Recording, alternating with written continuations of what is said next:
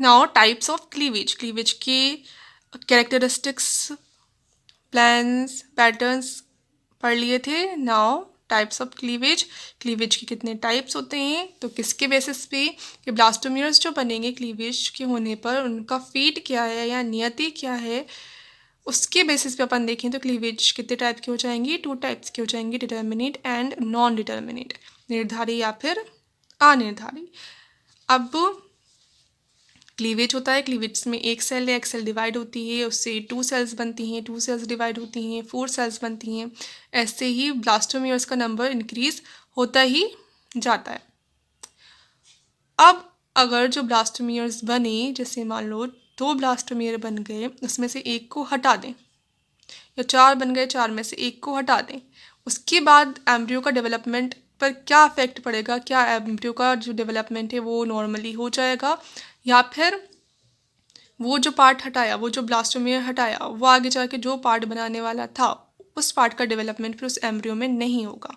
इसके बेसिस पे कि होगा या नहीं होगा, जो क्लीवेज है वो कितने टाइप का हो जाएगा, 2 टाइप्स का हो जाएगा, निर्धारी या फिर अनिर्धारी, या डिटर्मिनेट और नॉन डिटर्मिनेट।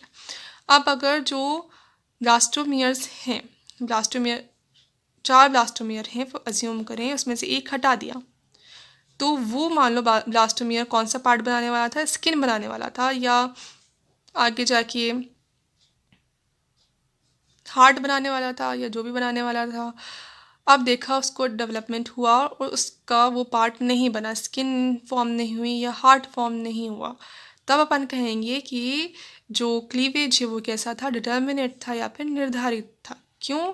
क्योंकि पहले से ही जो ब्लास्टोमियर था उसका फीट या उसकी नियति जो थी वो निर्धारित थी कि आगे जाके ये यही काम करेगा, और अगर ये ब्लास्टोमियर नहीं होगा तो आगे जाके एम्ब्रियो का वो वाला पार्ट जो ये बनाने वाला था वो नहीं बनेगा। तो निर्धारी में क्या होगा, अगर ब्लास्टोमियर को अपन हटा दें तो उससे बनने वाला जो पार्ट है, बॉडी पार्ट है, वो एम्ब्रियो का डेवलप नहीं होगा।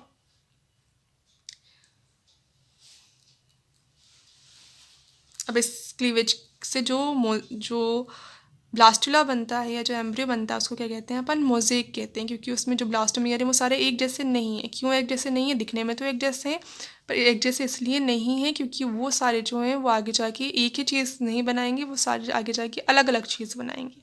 फिक्स्ड है कि ये वाला ब्लास्टोमियर वो चीज़ बनाएगा, ये वाला ब्लास्टोमियर दूसरी चीज़ बनाएगा। इसलिए जो ब्लास्टुला है वो क्या दिखेगा, मोज़ेक दिखेगा, यानी उसके सारे ब्लास्टोमियर जो हैं वो अलग अलग दिखेंगे, उनका फेट अलग अलग होगा, दिखने में भले एक जैसे हो, फेट उनका अलग अलग होगा। तो किस किस में होता है ऐसा, नेमेटोड्स में, एनालिड्स में, मोलस्क्स में, ट्यूनिकेट्स में, अन्य जो प्रोटोजोन्स हैं उनमें ऐसे ही होता है, निर्धारी होता है क्लीवेज। अब नेमेटोड्स का एग्जाम्पल लें, नेमेटोड्स में एक जाइगोट है, जाइगोट एक सिंगल सेल है, वो डिवाइड हुई, फर्स्ट डिविजन हुआ तो सेल डिवाइड हुई और 2 सेल्स बन गई। कौन कौन सी? एक सेल को नाम दे दिया AB, दूसरी को दे दिया P1। तो ये 2 सेल स्टेज है एम्ब्रियो की, जिसके अंदर 2 सेल्स हैं, इनमें से एक होती है साइज में बड़ी जिसको कहा AB, और दूसरी होती है छोटी जिसको कहा P1। अब आगे जाके ये दोनों सेल्स डिवाइड होंगी, क्लीवेज दोबारा होगा, बार बार होता है क्लीवेज, तो AB डिवाइड हो जाएगी इस प्लेन पर, ये से डिवाइड हो जाएगी और बना लेगी A cell and B cell. अब जो P1 है वो सेम प्लेन पे डिवाइड नहीं होगी, ये 90 डिग्री पे डिवाइड होगी। तो कैसे डिवाइड होगी? फिर ऐसे डिवाइड होगी, ऐसे डिवाइड होकर ये बना लेगी 2 सेल्स, एक तो होगी EMST और दूसरी होगी P2।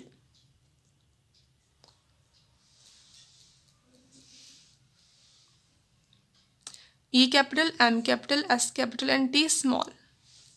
तो कितनी सेल्स बन गई? 4 सेल्स डेवलप हो गई। और कैसा दिख रहा है इस टाइम पे एम्ब्रियो जो है वो टी शेप का दिख रहा है, तो क्या कहेंगे इसको? टी शेप्ड एम्ब्रियो या 4 सेल स्टेज। 4 सेल्स हैं, शेप कैसा है? T shaped. अब धीरे धीरे क्या होगा, ये टी शेप्ड ही नहीं रहेगा, ये इधर से खिसक जाएगी, P2 सेल यहाँ पे आके B के नीचे थोड़ा अरेंज हो जाएगी, और कैसा बन जाएगा, जो एम्ब्रियो है वो 4 सेल्स होंगी पर ऐसे अरेंज होंगी, और क्या बन जाएगा? रोम्बॉइड, चतुर्भुजाकार बन जाएगा, समचतुर्भुज। ठीक है। अब होगा दोबारा डिवीजन, दोबारा डिवीजन होगा तो ए सेल जो है वो डिवाइड होके बना लेगी A1 A2, B cell divide होके बना लेगी B1 B2, P2 cell divide होके बना लेगी P3 and C cell, EMST divide होके बना लेगी E एंड MST सेल। अब इन सेल्स का फेट क्या है, फिक्स्ड है। अब इनमें से जो E1 E2 है, B1 B2 है एंड इससे जो C बनी वो, ये जो 5 सेल्स हैं ये क्या बनाएंगी, आगे स्किन बनाएंगी। P3 जो इससे बनी वो आगे जाके बनाएगी जर्म सेल्स। EMST से E जो बनी वो तो बनाएगी एंडोडर्म, और MST जो बनाएंगी वो बनाएगी मीजोडर्म और स्टोमोडियम। यानी फिक्स्ड हो गया इनका फेट कि आगे जाके ये चीज़ बनाएगी। अब इसमें से अपन हटा दें, किसको हटा दें, P3 को हटा दें, तो फिर जो जर्म सेल्स हैं वो नहीं बनेंगी एम्ब्रियो की। EMST का E वाली सेल जो बनी वो उसको हटा देंगे अगर, तो फिर एंडोडर्म नहीं बनेगी। यानी इन सब सेल्स का जो फेट है, जो नियति है, वो निर्धारित है। इसको कहेंगे फिर निर्धारी या फिर डिटर्मिनेट क्लीवेज। किसका एग्जाम्पल था ये, नीमेटोड्स का एग्जाम्पल था। अनिर्धारी में क्या होगा, अनिर्धारी होता है मेनली जो ड्यूटेरोस्टोम्स होते हैं, यानी काइनोडर्मेटा और जो कॉर्डेटा जो ऑर्गेनिज्म ह्यूमंस भी जिसमें आते हैं, इनमें अनिर्धारी होता है। यानी एक सेल से डिवाइड होकर जितनी भी सेल्स बनेंगी अर्ली स्टेज में, 2 बनी, 4 बनी, 8 बनी, ये सारी कैसी होती हैं, टोटीपोटेंट होती हैं। यानी इसमें एक सेल भी अपन निकाल दे तो उसमें भी कैपेसिटी होती है कि वो पूरा एम्ब्रियो बना लेगी। 4 सेल्स हैं, 4 सेल्स में 3 भी हटा दो तो भी वो जो एक सेल है वो क्या बना लेगी, पूरा एम्ब्रियो फॉर्म कर देगी। 4 में से 1 हटा दो तो 3 सेल पूरा एम्ब्रियो फॉर्म कर लेंगी। यानी एक सेल के हटाने से अदर सेल्स को या एम्ब्रियो के डेवलपमेंट पे कोई भी असर नहीं पड़ेगा। तब इसको क्या कहेंगे, अनिर्धारित क्लीवेज। पर ये एक लिमिट तक ही होता है, ऐसा नहीं कि बहुत सारी सेल्स बन जाए उसके बाद अपन बहुत ज़्यादा डेवलपमेंट हो जाए उसके बाद हटा दें सेल्स को, तब तो अफेक्ट पड़ेगा ही। पर इनिशियल स्टेज में, स्टार्टिंग में जब 2 4 8 16 इतनी सेल्स हैं, तब इसमें से 1-2 सेल्स को हटाने पे एम्ब्रियो के डेवलपमेंट पे कोई भी फ़र्क नहीं पड़ता। यानी उनका पहले से डिसाइड नहीं है कि कौन सी सेल क्या बनाएगी आगे जाकर। इसको क्या कहते हैं, और नियमनकारी परिवर्धन भी कहते हैं, क्योंकि रेगुलेट हो रहा है, एक सेल को हटा भी देते हैं तो भी वो एम्ब्रियो अपने आप को रेगुलेट कर लेता है और उस पर अफेक्ट नहीं पड़ता। ये किसके बेसिस पे था, जो ब्लास्टोमियर्स हैं उनके फीड के बेसिस पे था। आप किसके बेसिस पे अगर देखें, योग की मात्रा और वितरण प्रतिरूप, यानी योग का अमाउंट कितना है एग के अंदर और उसका वितरण डिस्ट्रीब्यूशन कैसे, यानी योग कहाँ प्रेजेंट है, कितना है और कहाँ प्रेजेंट है, सेंटर में प्रेजेंट है, नीचे की एक सिरे पे प्रेजेंट है, कहाँ प्रेजेंट है, इसके बेसिस पर जो क्लीवेज होगा वो भी अदर टाइप्स का होगा। अब योग जो होता है, योग की मात्रा अगर ज़्यादा होती है तो उतना ही जो क्लीवेज की रेट होती है वो कम होती है, उतने धीरे क्लीवेज होता है। जितना कम योग होगा उतनी ही जल्दी क्लीवेज होगा। तो एनिमल पोल पर योग कम होता है, तो एनिमल पोल पर क्लीवेज की रेट ज़्यादा होती है। वेजिटल पोल पे जहाँ पे योग प्रेजेंट होता है वहाँ पर क्लीवेज की जो रेट है वो धीमी होती है, धीरे धीरे क्लीवेज होता है। अब इसकी बेसिस पे देखिए तो मेनली कितने टाइप का हो जाएगा cleavage, holoblastic and meroblastic. Holoblastic में अगर जाइगोट है वो पूरा डिवाइड हो रहा है और 2 सेल्स पूरी अलग अलग हो रही हैं, पूरी बन रही हैं, तब इसको कहेंगे होलोब्लास्टिक। और डिवीजन कंप्लीट नहीं हो रहा, सिर्फ एक आधा ही हुआ, ये एक पार्ट तक ही लिमिटेड है, तब उसको क्या कहेंगे, मीरोब्लास्टिक क्लीवेज। यानी सेल्स जो बनी वो पूरी तरह से अलग नहीं हुई, पूरा जाइगोट 2 सेल्स में या मोर सेल्स में डिवाइड नहीं हुआ, तब इसको कहेंगे मीरोब्लास्टिक क्लीवेज। तो जो होलोब्लास्टिक क्लीवेज होता है वो भी फिर 2 टाइप्स का होता है, equal holoblastic and unequal holoblastic. अगर जो 2 सेल्स फॉर्म होती हैं, जो जाइगोट डिवाइड हो गया पूरा 2 सेल्स बनी, वो दोनों सेल्स इक्वल साइज़ की होंगी, तब उसको क्या कहेंगे, इक्वल होलोब्लास्टिक क्लीवेज। और अगर वो जो 2 सेल्स बनी वो इक्वल साइज़ की नहीं है, या आगे 2 से 4 बनी वो इक्वल साइज़ की नहीं है, तब उसको क्या कहेंगे, unequal holoblastic cleavage. Equal holoblastic किस किस में होता है, जो माइक्रोलेसिथल एंड आइसोलेसिथल एग्स होते हैं, यानी ऐसे एग्स जिनमें माइक्रो मीन्स कम, लेसिथल किसके लिए आता है, योग के लिए, कम योग प्रेजेंट है, और जिनमें आइसोलेसिथल यानी योग पूरी सेल में अच्छे से डिस्ट्रीब्यूटेड है, एक जगह पे इकट्ठा नहीं है, ऐसे एग्स में होता है इक्वल होलोब्लास्टिक क्लीवेज, जैसे एम्फियोक्सिस में और जो मैमल्स होते हैं ज़्यादातर उनमें।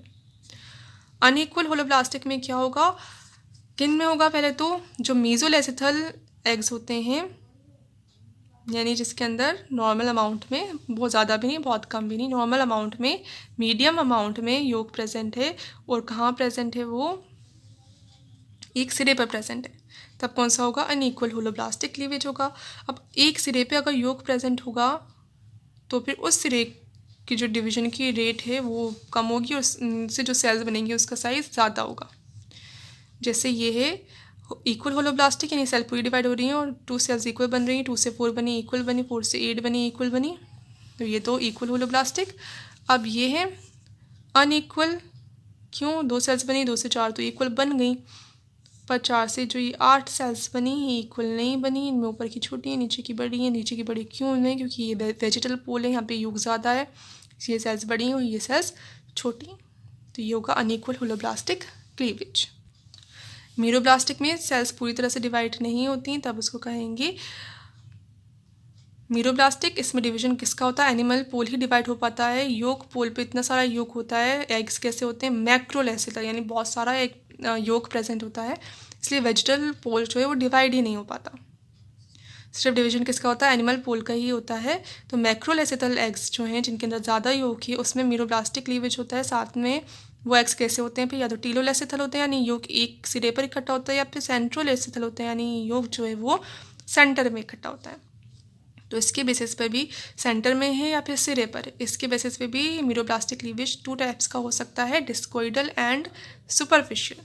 डिस्कोइडल में क्या होगा, अगर एक्स कैसे मैक्रोलेसिथल तो है ही, साथ में टीलोलेसिथल है यानी एक सिरे पे, ये पूरी सेल है, पूरी सेल पे यहाँ पे तो एनिमल पोल और नीचे क्या है, वेजिटल पोल है जिस पे योग है, तो ये वेजिटल पोल डिवाइड नहीं होगा, डिवीजन किसका होगा, सिर्फ एनिमल पोल का होगा। एनिमल पोल ही 1 है, न्यूक्लियस 2 न्यूक्लियस 4 न्यूक्लियस बन गए, 2 न्यूक्लियस बने फिर 4 बन गए, वो डिवाइड हो गए, तो सिर्फ डिवीजन कहाँ हो रहा है, एनिमल पोल पर ही हो रहा है। वेजिटल पोल ऐसा कैसा ही है, और क्या फॉर्म हो रही है, एक डिस्क जैसी स्ट्रक्चर फॉर्म हो रही है ऊपर की तरफ एनिमल पोल की तरफ, जिसको कह रहे हैं ब्लास्टोडिस्क।